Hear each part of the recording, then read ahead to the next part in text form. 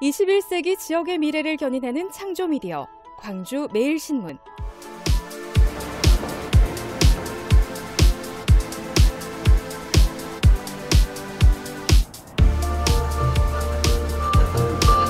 자리하셨습니다. 여러분 박수 부탁드리겠습니다. 교장 선생님 자리하셨습니다. 남성숙 사장님 자리하셨습니다. 안님을 소개하도록 하겠습니다. 여러분 힘차게 박수 쳐주시기 바라겠습니다. 해주셨습니다. 다시 한번 고맙습니다. 자, 방금 엄청난 환영 속에 입장을 하셨습니다. 우리 검사님, 네, 저도 검사님을 처음 뵙긴 한데 우리 검사라는 직업이 대한민국 5% 안에 드는 직업 중에 하나잖아요. 그렇죠, 여러분? 여기 앉아있는 친구들 중에서도 그 중에는 검사가 되고 싶어하는 친구들도 있을 거예요. 그렇죠? 그래서 검사라는 직업은 어떤 직업인지 우리 자라나고 있는 청소년들에게 한 말씀 부탁드리도록 하겠습니다. 방금 영화 보셨죠? 하이라이트 부분을 보신 것 같은데 정답은 그렇습니다. 거학을 척결해서 사회 정의를 구현한다. 그게 정답이죠. 근데 검사는 단독 관청이고요. 제가 걸어다니는 관청이에요. 저 혼자가 법률적으로 따졌을 때 단독 관청이고, 구체적으로는 검사하면 수사 업무를 생각하기 쉬운데 검사는 법률가죠.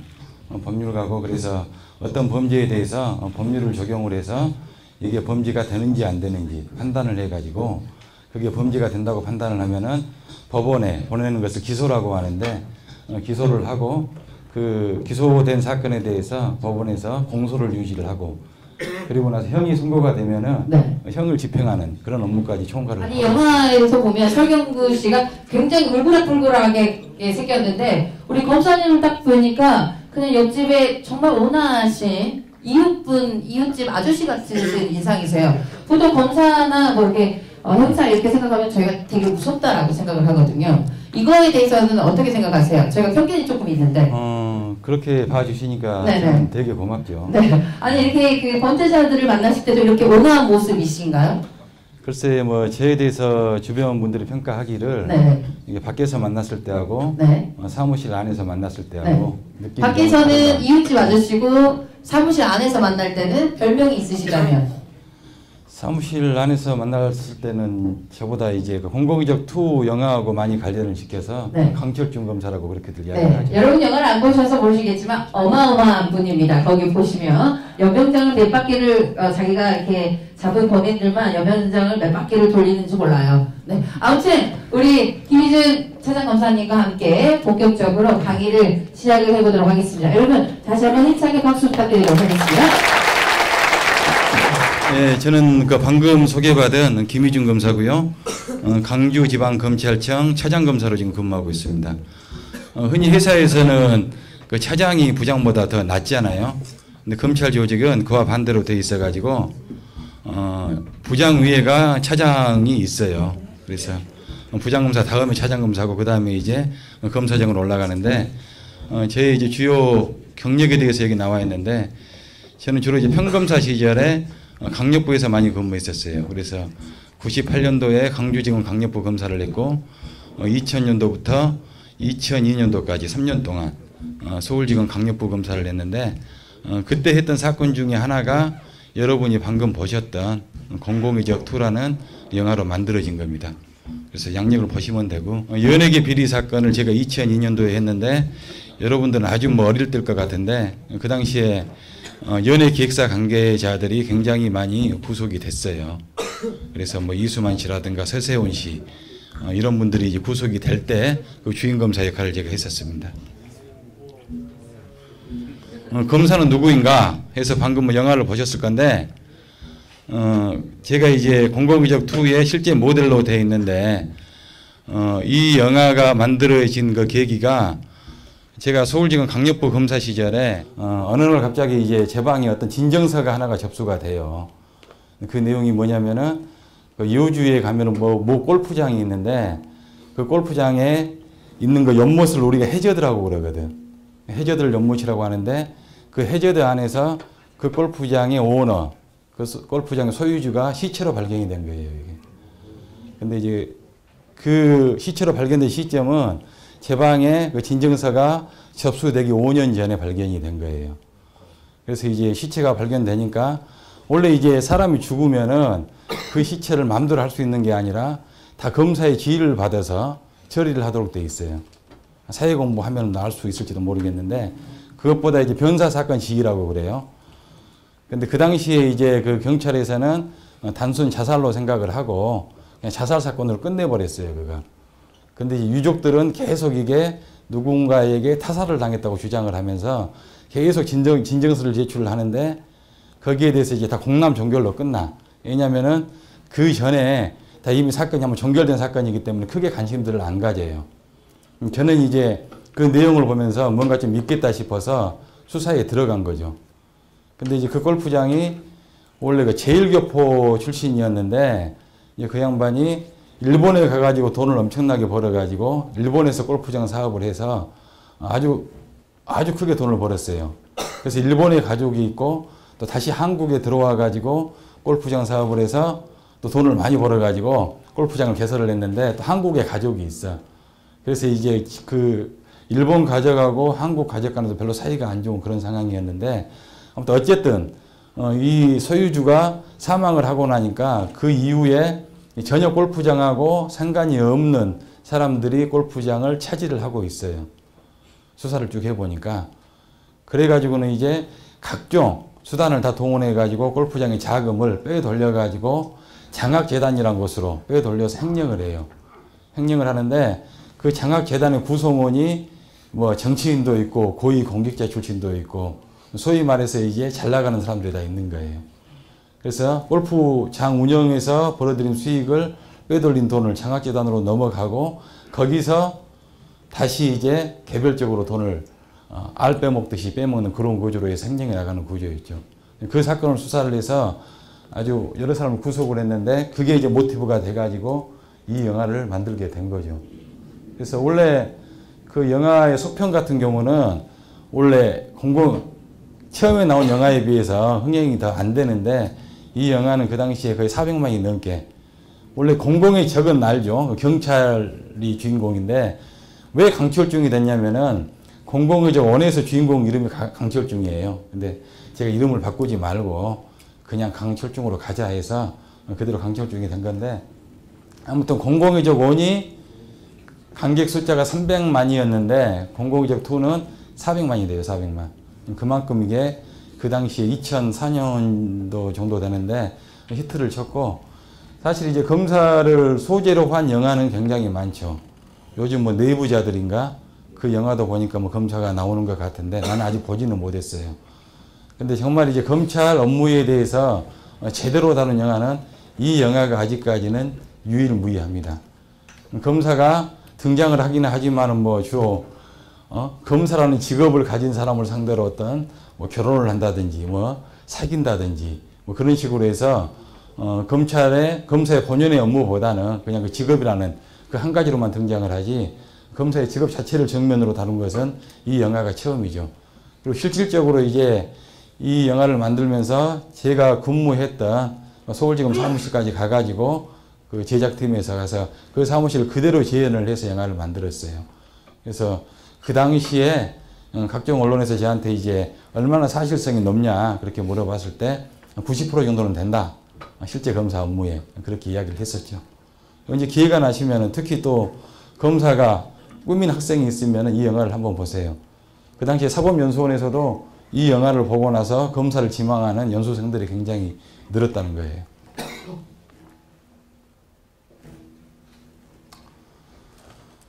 그렇다면 우리가 이제 배려 교통에 대해서 말하기 전에 검사가 무엇으로 사는가에 대해서 좀 이야기를 하고 나서 배려 교통에 대해서 넘어갈 건데 검사는 무엇으로 사는가?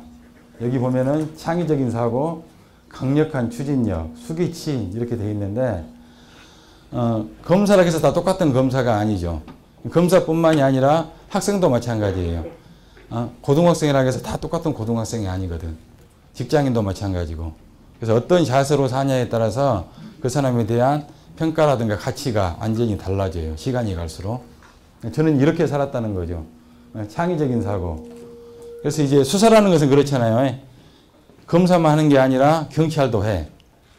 그러면 검사가 수사를 할 때 경찰하고 똑같은 수사를 할 거면은 할 필요가 없다는 게 제 기본적인 마인드입니다.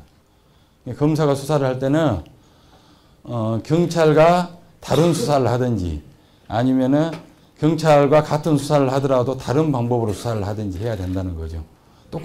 똑같은 방법으로 똑같은 수사를 할 거면은 경찰이 하면 되는 거예요. 그건 법률가인 검사가 굳이 나설 필요가 없어. 그래서 여기 보면 시간의 영업 단속이라고 돼 있는데, 시간의 영업 단속이라고, 저게 이제 무슨 이야기냐면은 지금은 이제 그 영업시간 제한이 없는데, 제가 이제 초임 검사를 경주지청에서 시작을 했어요. 그 당시만 하더라도 12시 넘어서는 영업을 못 한다는 그런 게 규제가 있었어. 그래서 12시 넘어서 이제 영업하는 것에 대해서 막 단속을 나가고, 직접 현장에 나가가지고, 보통 셔터문을 내려놓고 영업을 하잖아요. 밖에서 이제 음악 소리가 들리면은 셔터문을 따고 들어가. 이게. 따고 들어가면은 드론 소리 나면은 비밀통로로 다 도망가 버려. 분명히 이게 밖에서 들었을 때는 음악 소리가 들렸는데 들어가면 사람이 없는 거죠. 입증이 안 되는 거예요. 그래서 그런 방법으로 이제 경찰에서 수사를 하니까 굉장히 힘들고 어렵고 적발해 내기도 쉽지가 않은 거예요. 그래서 이제 그 당시에 제가 이제 식품 전담이었는데, 보통 이제 초임 검사가 되면은 맞는 전담이 식품 태폐예요. 식품 태폐. 그래서 이 문제를 한번 해결해 봐야 되겠다 싶어서 고민을 하던 차에 뭘 생각을 해냈냐면은, 우리 신용카드를 쓰잖아. 신용카드를 쓰면은 우리가 이게 신용카드를 긁었을 때 그 승인 시간이 나와요. 체크 승인 시간이.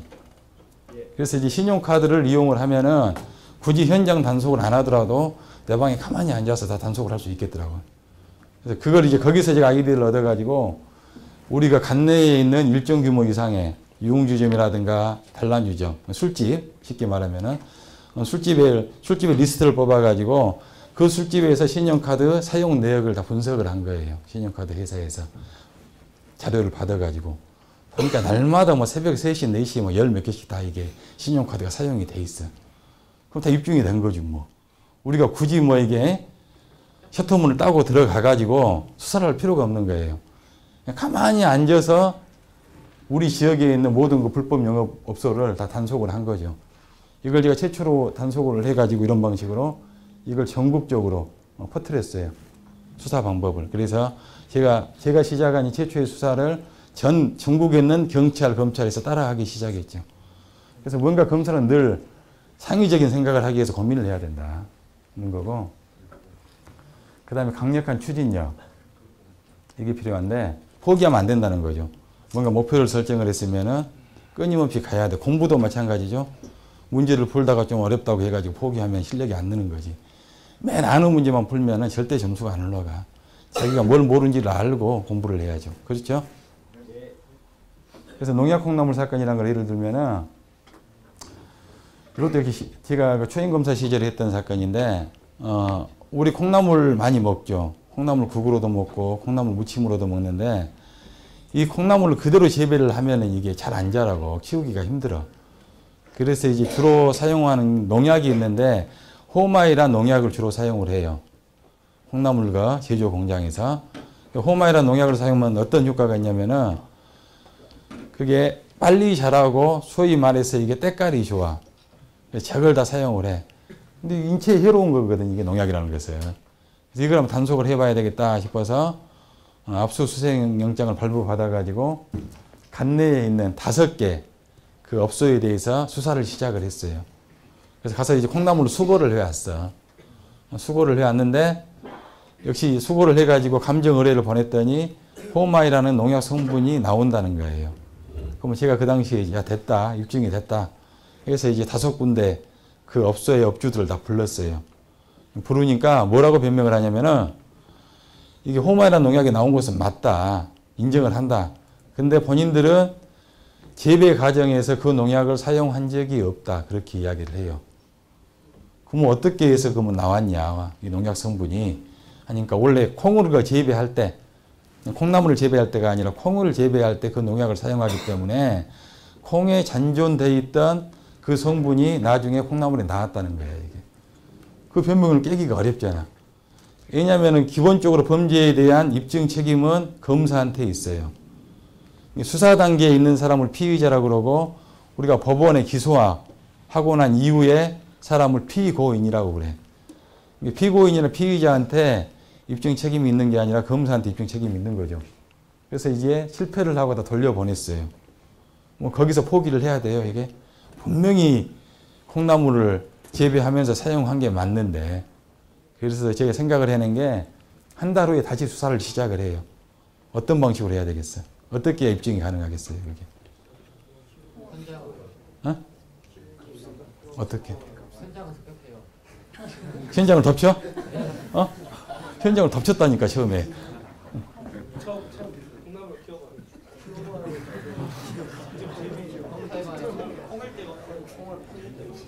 콩을 농약을 파는 데를 검사해서 이쪽을 팔았는지, 콩 재배할 때 샀다가 뭐라고 해? 그거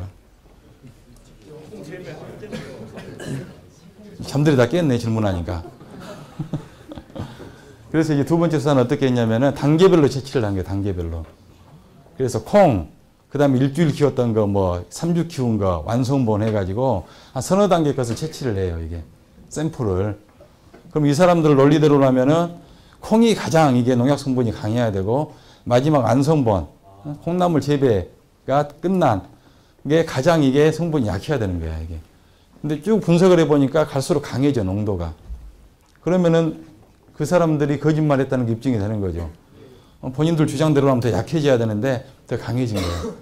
그래서 그런 방식으로 입증을 해서 이 5개 업소의 업주를 다 구속을 했어요. 내가 처음에 첫 수사에서 이제 그런 변명을 깨지 못해가지고 포기를 했었더라면은 그걸로 끝나겠죠, 수사가. 포기하지 않고 계속 수사를 해서 결국은 다 성공을 시켰죠. 이런 거. 창의적인 사고, 강력한 추진력. 수기치인. 이것은 이제 모든 사람들의 기본적인 삶의 자세가 돼야 되는 거죠. 자기를 수양하고 나서 세상을 다스린다. 이게 노노의 이제 뭐 기본적인 가치인데, 이런 자세로 살아야 된다는 거죠. 공직자뿐만이 아니라 여러분들도 마찬가지예요. 1만 시간의 법칙이라고 들어봤나요? 이건 많이 들어봤죠. 말콤 글래드웰. 그래서 최소한 그 분야의 최고의 전문가가 되기 위해서는 1만 시간 이상의 연습이 필요하다는 거죠. 거기에 대한 투자가. 그래서 1만 시간을 어떻게 계산할 수 있냐. 하루에 3시간씩. 하루에 3시간 하면은 일주일에 20시간이 되는데 10년 동안 자기가 좋아하는 분야에 저렇게 투자를 하면은 세계에서 최고의 전문가가 될 수 있다는 거예요. 아웃라이어라 그러는데, 아웃라이어라는 것은 보통 사람을 넘어섰다는 거죠, 이게. 그 분야의 최고의 전문가가 됐다는 건데, 이 성취는 결국은 1만 시간의 연습을 통해서 이루어진다. 대표적으로 둘 수 있는 사람이 비틀즈라든가 빌 게이츠 같은 사람이죠. 프로가 되는 길. 어떻게 해야 프로가 될 수가 있겠어요? 그래, 그럼에도 불구하고 정치인으로 사냐? 그렇기 때문에 정치인으로 사냐에 따라서 그 사람에 대한 가치와 평가는 완전히 달라져요. 여러분도 마찬가지예요, 이게. 나는 어제 잠이 부족해서 피곤해. 그렇기 때문에 오늘 좀 쉬어야 되겠어. 그렇게 그런 자세로 살다 보면은 날마다 쉬어야 돼. 공부하기 싫어. 나는 잠이 부족해. 그럼에도 불구하고 나는 공부를 해야 되니까 오늘 꼭 해야 되겠어. 그런 정신으로 살게 되면은 그게 계속 누적이 되고 쌓이면은 프로가 되는 거예요. 그래서 세상에서 인정받는 프로들은 다 그렇기 때문에 정신이 아니라 그럼에도 불구하고 정신으로 살았다는 거죠. 검사들도 마찬가지예요, 보면은. 검사들 하면 아까 뭐 상위 5% 그렇게 우리 사회자분께서 말씀하셨는데 다 똑같은 검사가 아니에요. 제가 이제 평검사 시절에는 그냥 내 일만 열심히 하고 부장이나 차장, 검사장이 나를 평가를 하죠. 내 생각은 그래. 똑같은데, 다 똑같은 것 같은데 어떻게 평가를 하지?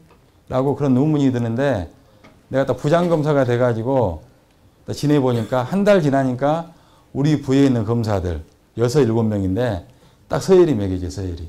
이게 1등부터 6등까지. 다른 거예요. 완전히 달라요, 이게. 그게 가장 기본적인 게 뭐냐면은 어떤 정신 자세로 사냐죠.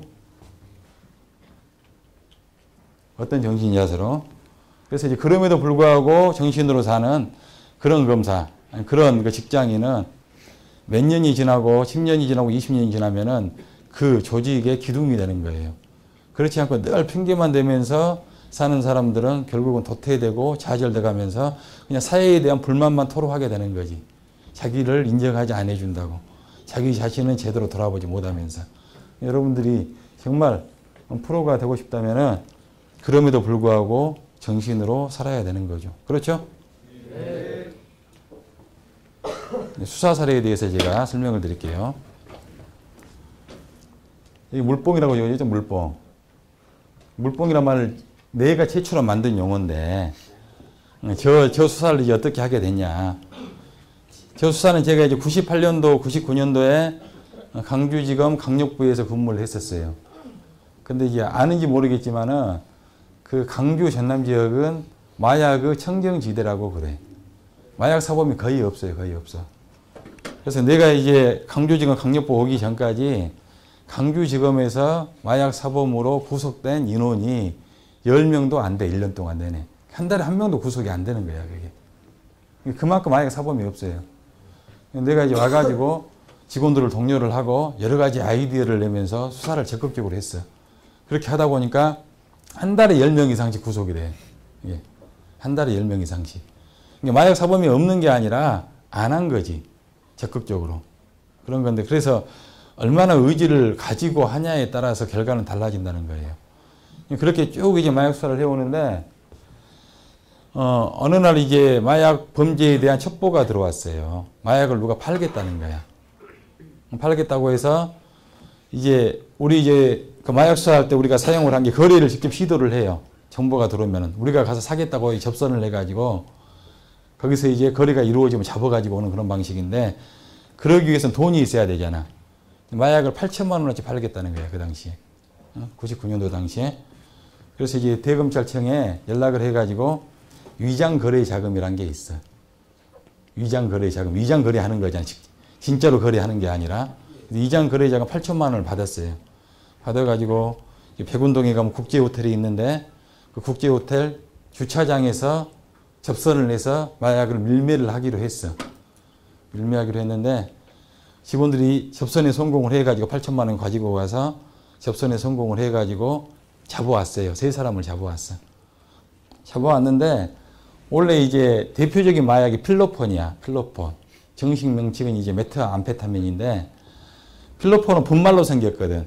백반가루처럼 생긴 게, 사카린 가루처럼 생긴 게 그게 필로폰이에요. 근데 그 분말을 가지고 온 게 아니라 큰 우리가 약수터에 갈 때 들고 가는 큰 생수통, 생수통 2통에 물을, 액체를 가득 담아 가지고 온 거예요. 그래서 이게 뭐냐고 이제 잡혀온 사람들한테 물어보니까 이게 히로뽕이라는 거야, 이게. 그래서 이게 당연히 히로뽕으로 생각을 하고 국가수하고 국립과학수사연구소하고 국가수하고 그 다음에 대검찰청에 감정 의뢰를 보냈어. 샘플을 보내가지고. 근데 감정 결과가 뭘로 나오냐면은 그냥 물로 나오는 거야, 물. 얘들은 계속 히로뽕이라고 그렇게 이야기를 하는데, 불러서 물어보면 히로뽕이라는 거야, 계속. 그래서 이제 이걸 어디서 났냐, 유통 경로를 이제 물어보니까 오산에 있는 미군 기지 안에 타이거라는 흑인한테 샀다는 거예요. 타이거, 흑인. 그래서 이제 OSI라고 있어, OSI. OSI라고 있는데, 그게 이제 미 공군 특수수사대예요. 그래서 OSI 측에 연락을 해가지고, 그 미군들하고 미군 가족들 사진첩을 좀 가지고 오라고 그랬어요. 가지고 이제 왔어, 백인 장교가. 한국인 통역관하고 같이. 그래서 사진을 쫙 펼쳐놓고 이제, 타이거라는 이름은 가명이니까 어차피. 진짜 이름이 아니니까 타이거를 찾아보라 그랬어. 찾아보라고 하니까 흑인들 사진 보니까 다 똑같이 생겼거든. 구분이 안 가, 구분이. 서양 사람들이 우리나라 사람 볼 때도 별로 구분을 못 해요. 보면. 여러분들끼리는 누가 뭐 잘생겼니 못생겼니 하지만은 다 똑같아. 그 사람들 눈으로 보면은. 그래서 결국은 이제 타이거를 못 찾고 해서 내가 미군 장교한테 설명을 한 거예요. 이 사람들은 자꾸 이제 히로뽕이라고 그러는데 우리나라 감정기관에서는 그냥 물로 나온다.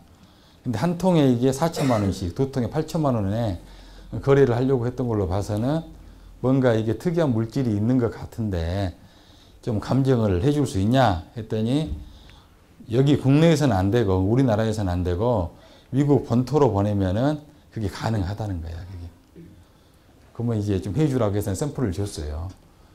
주고 나서 이제 잡아온 사람들을 우리 기소를 해야 되잖아, 법원에. 기소를 하면 뭔가 이제 범죄가 성립되는 걸 찾아야 되는데, 희로뽕은 아니니까 희로뽕으로 기소할 수는 없지. 예. 재밌는 모양이네.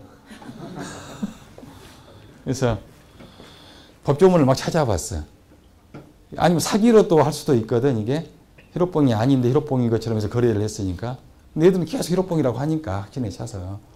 그래서 법조문을 막 찾아보니까 마약류 불법 거래 방지에 관한 특례법에 보면은, 마약류 불법 거래 방지에 관한 특례법에 보면은 마약류가 아니더라도 마약류로 인식을 하고 거래를 하면 처벌하는 조항이 있어요.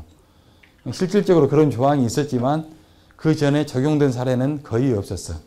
다 희로뽕이니까 그게. 그래서 이제 그 법 조항을 적용을 해가지고 기소를 했어요. 기소를 이제 구속 기소를 해놨는데, 그리고 나서는 잊어버리고 있었지. 근데 이제 한 2달 정도 지나니까 미국 쪽에서 감정서가 왔어. 감정서가 와서 쭉 읽어보니까 영어로 적어져 있지, 그게. 신종 마약이야, 신종 마약. GHB라는 거야, GHB. 뭐 감마 하이드록시 뷰티레이시라고. 그 미국에서도 막 퍼지기 시작하는 신종 마약이에요, 그게. 그래서 그게 이제 그 작용은 뭐냐면은 강한 성적 흥분 작용이 있어. 그래서 이제 뭐 관심들이 많네, 이렇게. 그래서 이게 주로 이제 나이트클럽 같은 데서 남자들이 성폭행의 도구로 사용을 하는 거야. 여자들 몰래 이제 맥주 같은 데 타버려가지고. 근데 무색무취고 하니까 몰라, 그런 약물이 타져 있는지도. 그래서 일명 미국에서는 이제 데이트 레이프 드러그라고 그래, 이게. 데이트할 때 강간하기 위한 목적으로 사용한다 해가지고. 그래서 막 굉장히 제조도 쉽고, 막 그야말로 요즘 인기가요 뭐 1위 하듯이 신나게 퍼져나가고 있는 마약이었어요. 그걸 최초로 발견을 해낸 거예요, 강주에서. 그래서 이제 기자들을 불러 모았죠. 불러 모아가지고 강주에서 신종 마약이 발견이 됐다. 이제 브리핑을 했어요. 브리핑을 하니까 뭐냐 하니까 GHB다. 그렇게 이야기를 하니까 GHB가 뭐냐는 거야, 도대체. 그래서 감마 하이드록시 뷰티레이시다. 이렇게 하니까. 아니, 그러니까 우리나라 말로 뭐냐는 거야, 우리나라 말로. 우리나라 말이 없지. 이게 막 처음 발견됐다니까 우리나라 말이 없다고 하니까 우리나라 말 하나 지어주라는 거예요. 그래서 얘들은 희로뽕이라 그랬잖아. 그래서 물로 만든 희로뽕의 준말, 물뽕이다. 해가지고 이제 물뽕이라는 고유 명사가 탄생하는 거야, 이게. 광주에서 채찍발해서.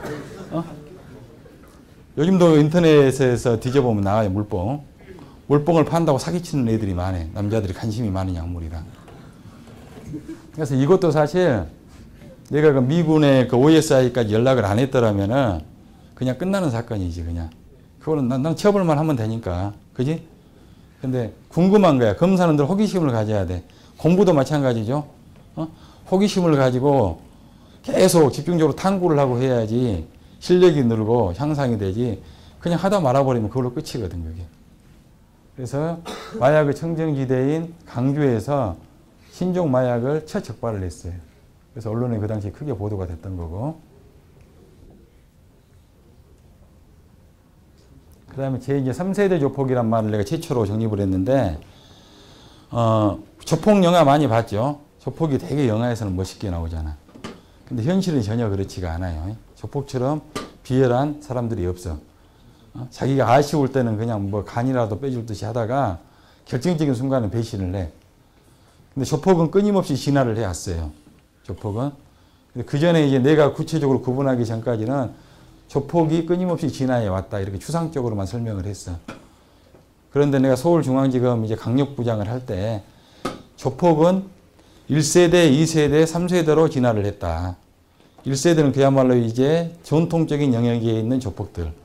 뭐 유흥지점을 운영을 한다든지, 뭐 보호비를 갈취한다든지, 주류 도매상을 한다든지, 아니면 자기縄張 안에서 이제 그 안에 있는 서민들을 괴롭혀가지고 삥을 뜯는다든지, 이게 1세대 조폭이고, 이게 2000년대 접어들면서 부동산 경기가 활성화되면서 이제 부동산 시장에 진출을 해요.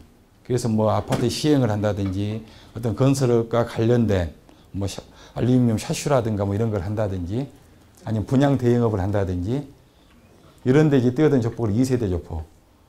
그 다음에 이제 2000년대 후반에 들어서 가지고 금융시장에 진출해요, 금융시장에.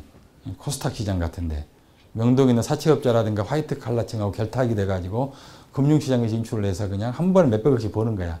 돈 장난을 해가지고. 이게 3세대 조폭이다. 그래서 이제 조폭을 세대를 명확하게 구분을 해주고 제 3세대 조폭에 대해서 최초로 적발을 했어요. 그게 이 사건인데 한번 보시죠. 영상 한번.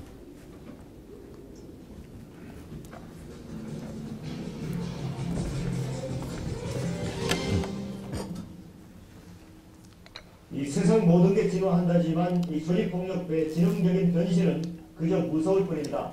이 합법적인 사업가로 가장해 국가를 조작하고 돈을 빼돌려 우량 기업을 껍데기로 만든 사례부터 보시죠. 먼저 조태영 기자. 투자회사 대표로 변신한 폭력조직 중기, 중소기업을 인수해 주가를 조작합니다. 한방으로 끝내는 거야. 주식은 전쟁이야. 그 과정에서 폭력을 행사하는 내용의 영화입니다.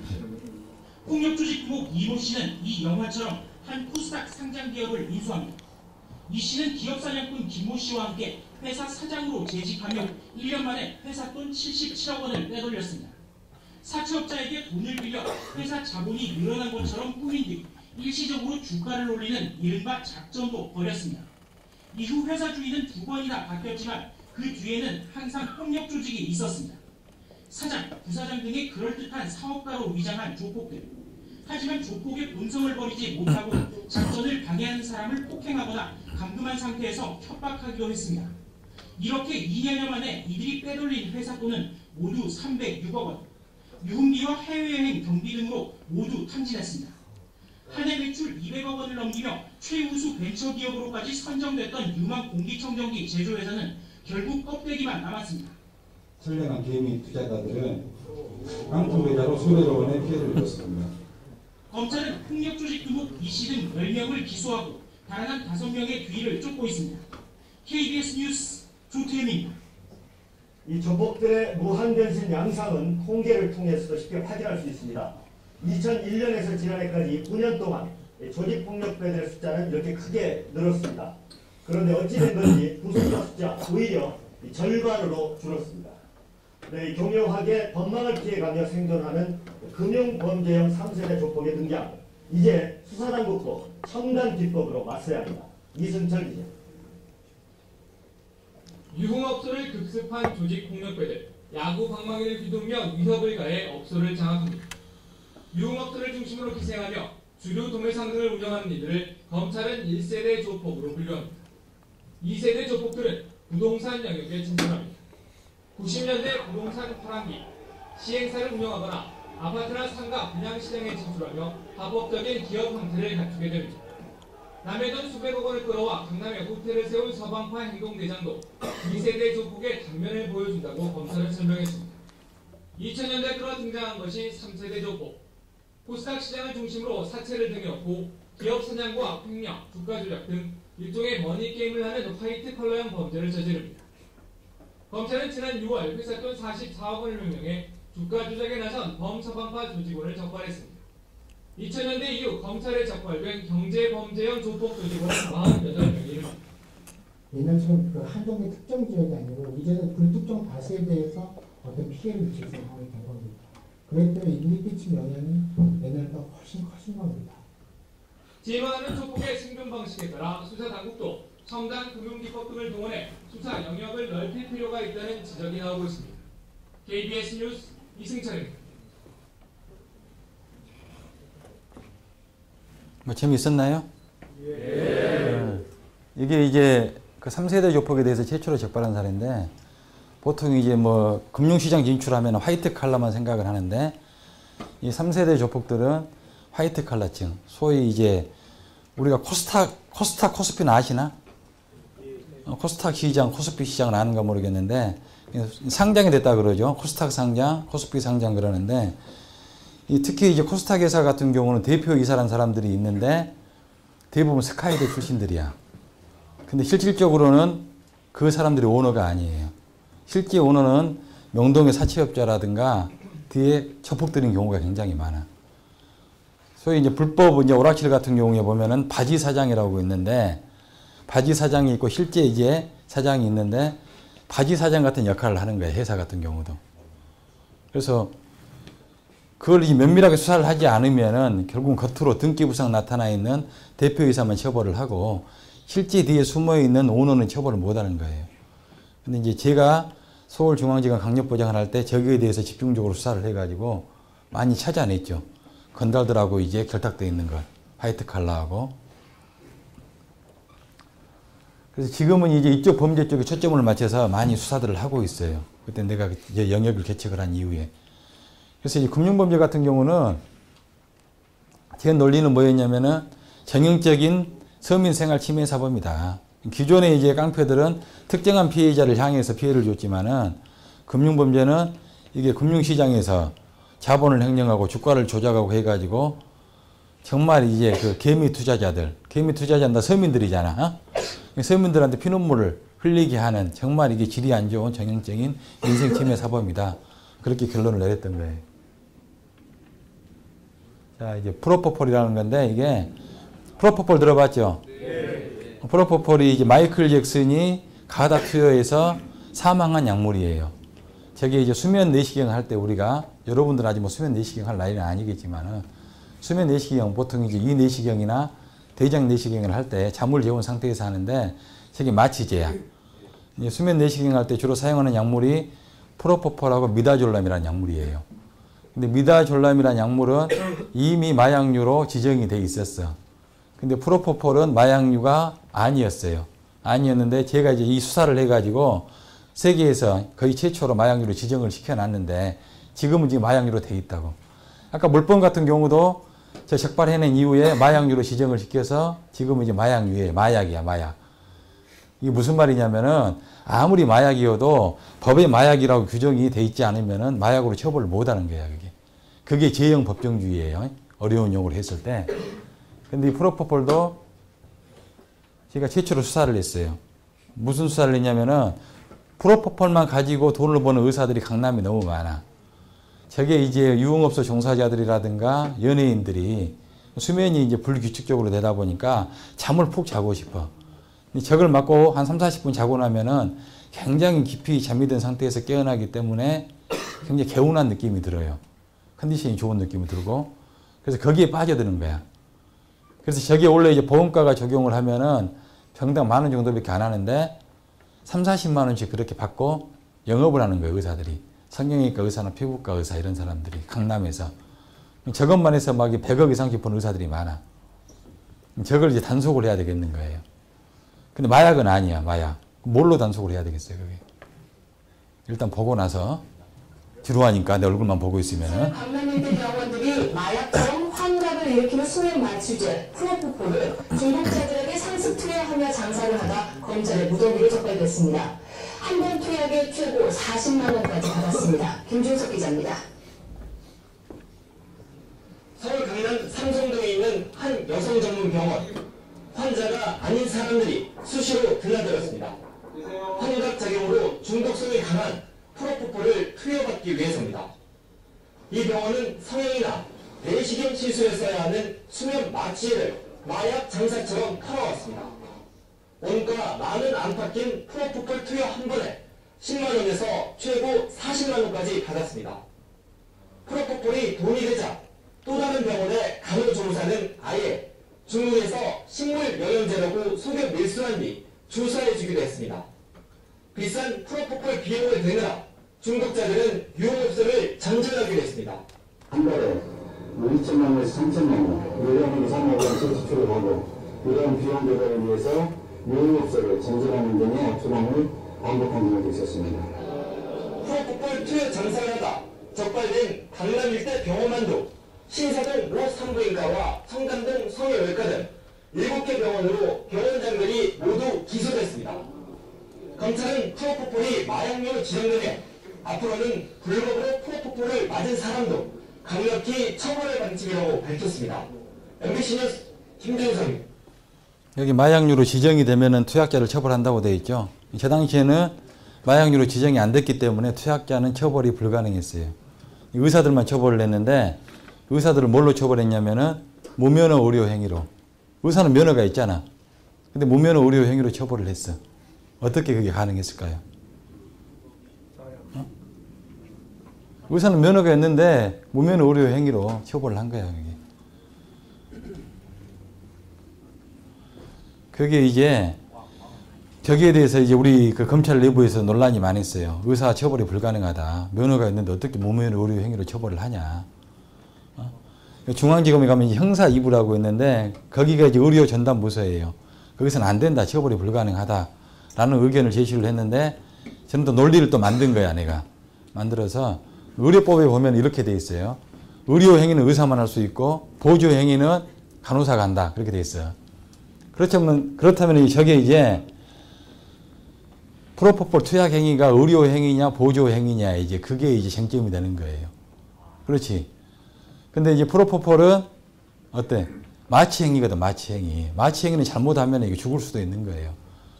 그래서 이것은 고도의 의료 행위다. 프로포폴 투약 행위는 의사만 할 수 있다. 근데 저런 병원들 형태를 보면은 의사는 얼굴도 안 보여줘. 가면 그냥 간호사가 자동으로 나아져요, 그게. 그래서 간호사는 무면허 의료 행위를 한 거죠. 간호사의 무면허 행위의 공범이다. 의사는. 응? 네, 논리가 그럴 때 돼? 네.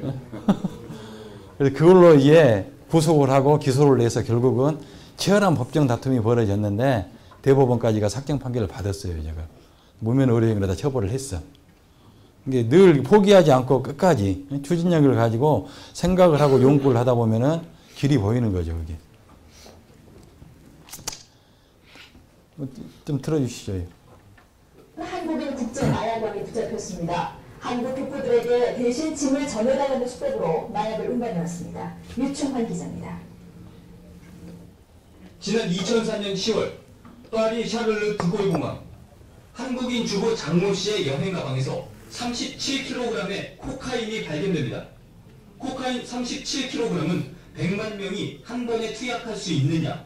장 씨는 프랑스 경찰에 곧바로 구속됐고 프랑스령 외딴섬 감옥에서 2년 2개월을 보내야 했습니다. 장 씨에게 마약을 보석 원석이라고 속이고 돈을 주며 운반하게 한 사람은 남미 최대 마약왕 조봉행 씨.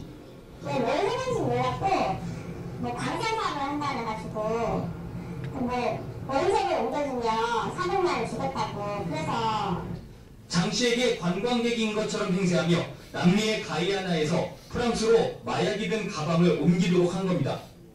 마약왕 조봉행은 1995년 수리남 국적을 취득한 뒤 남미 최대 마약범죄 조직인 칼리 카르텔과 손잡았습니다. 그리고는 한국 교포의 국내 친척과 지인들을 포섭해 마약을 옮기게 한 겁니다. 검찰은 조봉행 씨를 브라질에서 검거해 한국으로 송환한 뒤 구속 기소했습니다. 시가로 따지면 약 1,600억 원 정도고 사상 최대의 규모의 코카인을 지급을 했습니다. 조봉행의 꼬임에 넘어가 마약을 옮기다가 외국 경찰에 적발돼 수감 생활을 한 한국인은 모두 4명. 검찰은 마약 청정국인 한국 사람들을 이용한 마약 운반이 더 있을 수 있다고 보고 외국에서 짐을 들어달라는 부탁을 거절할 것을 당부했습니다. MBC 뉴스 유충환입니다. 이 사건은 그 집으로 가는 길이라는 그 전도연 주연의 영화의 배경이 됐던 사건이에요. 저기서 장모 씨란 여자가 전도연 역할을 한 거죠, 그게. 어떤 사건이냐면은 그 가방 하나만 옮겨주면은 애국에서 애국으로 가방 하나만 옮겨주면은 해외여행 경비 다 대주고 돈도 몇백만 원 주겠다 하면서 꼬드기는 거야. 그래서 이제 아무 생각 없이 그 가방을 가지고 가는데 그 안에 코카인이나 마약이 들어있는 거죠. 그게 이제 무사히 공항을 통과하면 그대로 끝나는 건데 공항에서 적발이 되면은 애국에서 붙잡혀가지고 애국 교도소에서 수감 생활을 해야 되는 거예요. 여기서 이제 장모 씨라는 그 여자도 결국은 이제 파리 드골 공항에서 잡혔는데 거기서 재판을 받고 남태평양의 마르티닉스 섬이라는 곳에서 2년 동안 수감 생활을 해요. 가족들하고 떨어져 가지고. 그래서 집으로 돌아가기까지 이제 엄청나게 많이 시간이 걸렸다고 해서 집으로 가는 길이라는 영화가 만들어졌는데 이게 이제 CJ ENM에서 최초로 자체 제작한 영화예요. 저 사건 한 걸 보고 그걸 모티브로 해서 만든 영화죠. 제가 했던 사건과 영화가 2개가 만들어진 거예요, 지금. 이거 한번 틀어주시죠. 탤런트 김성민 씨로부터 촉발된 연예인 마약 수사가 다른 연예인들로 확대되고 있습니다. 검찰은 연예인 30명의 혐의를 잡고 증거 수집에 나섰습니다. 추세기자 연결합니다. 황보영 기자. 가운데로 보내면서 포인트가 얼굴에 수사가 마무리 수순이라는 보도도 있었는데요. 이 수사가 확대된 건가요? 네, 그렇습니다. 태연택 김성민 씨에서 방송인 전창걸 씨로 이어지던 마약 수사가 연예계로 확대되고 있습니다.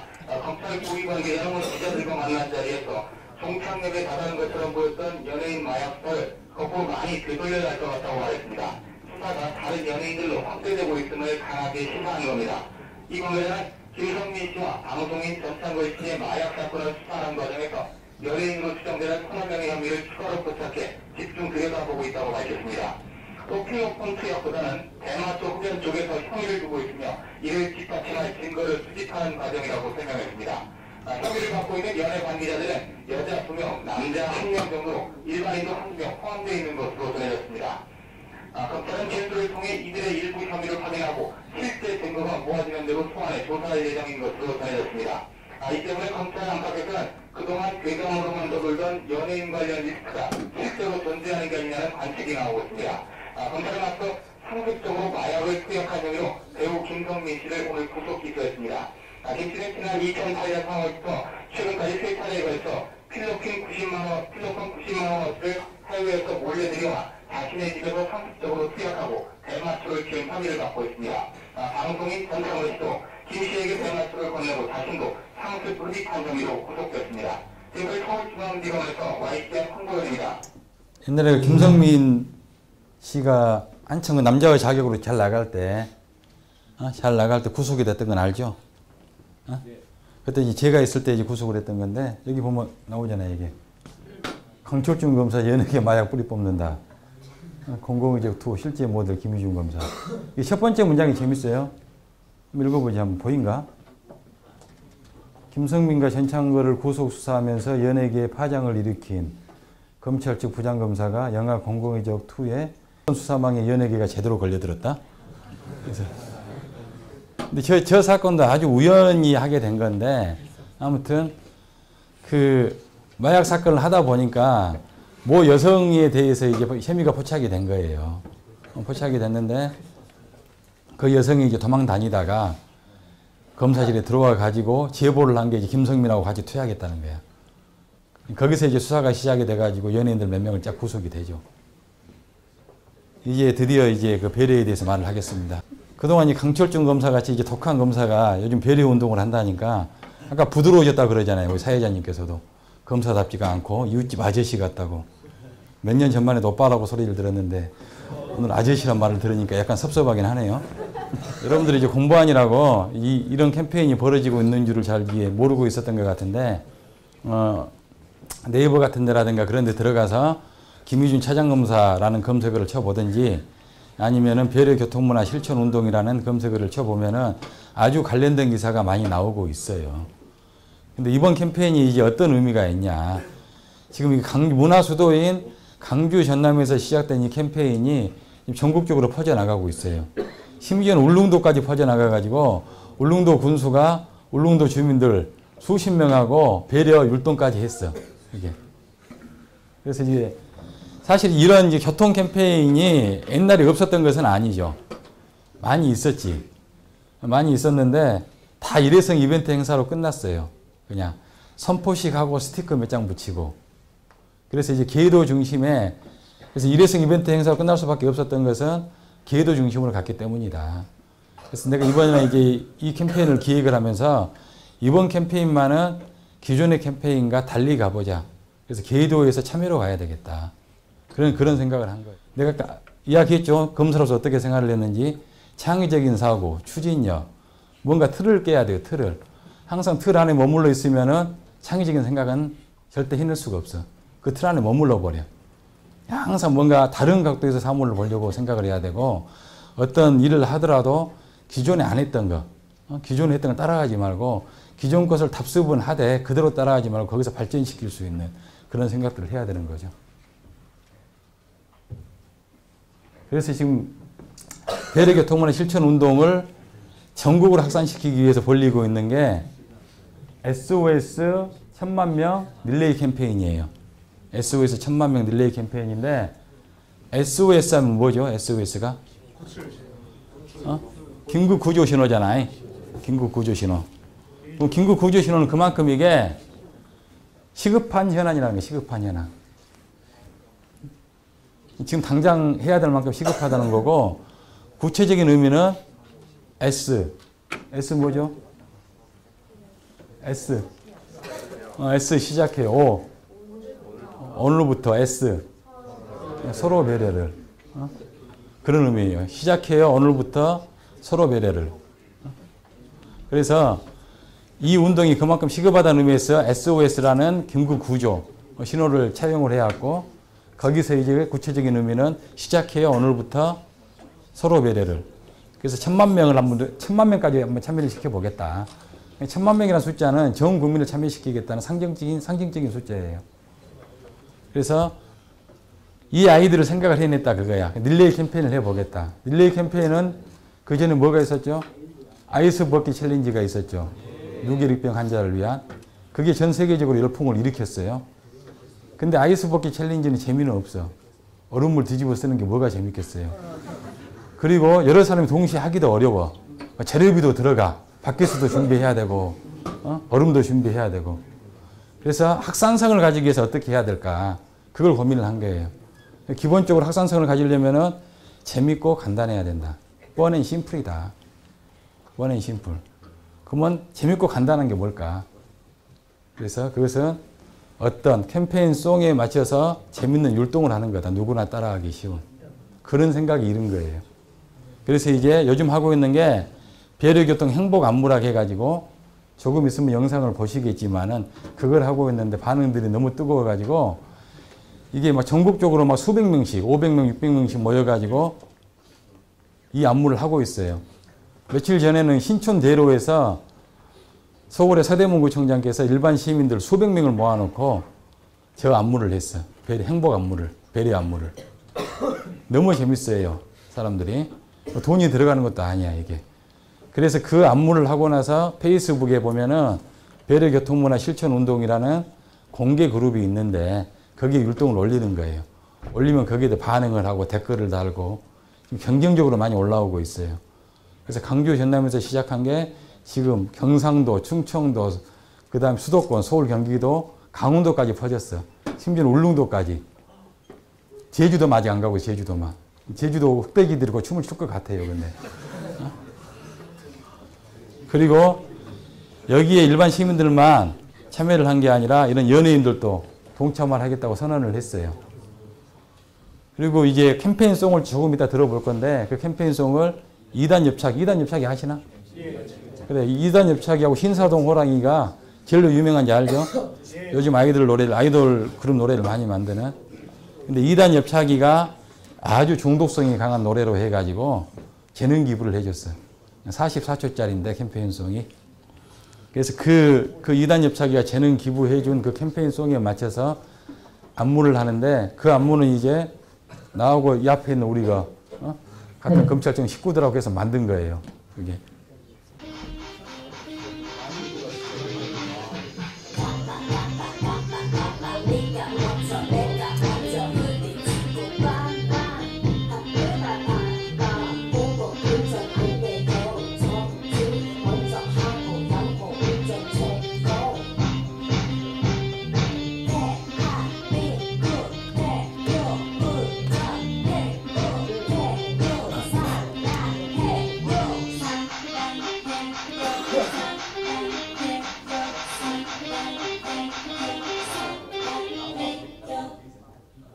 뭐 안무 쉽죠? 잘 만들었지? 아까 페이스북은 대부분 하죠? 안 하나? 하지. 하면은 그 검색어에다가 배려교통 치면은 배려교통문화 실천운동이라는 공개 그룹에 들어올 수가 있어요. 그 그룹에 들어오면은 이런 그 동영상이 한 300개 가까이가 300개.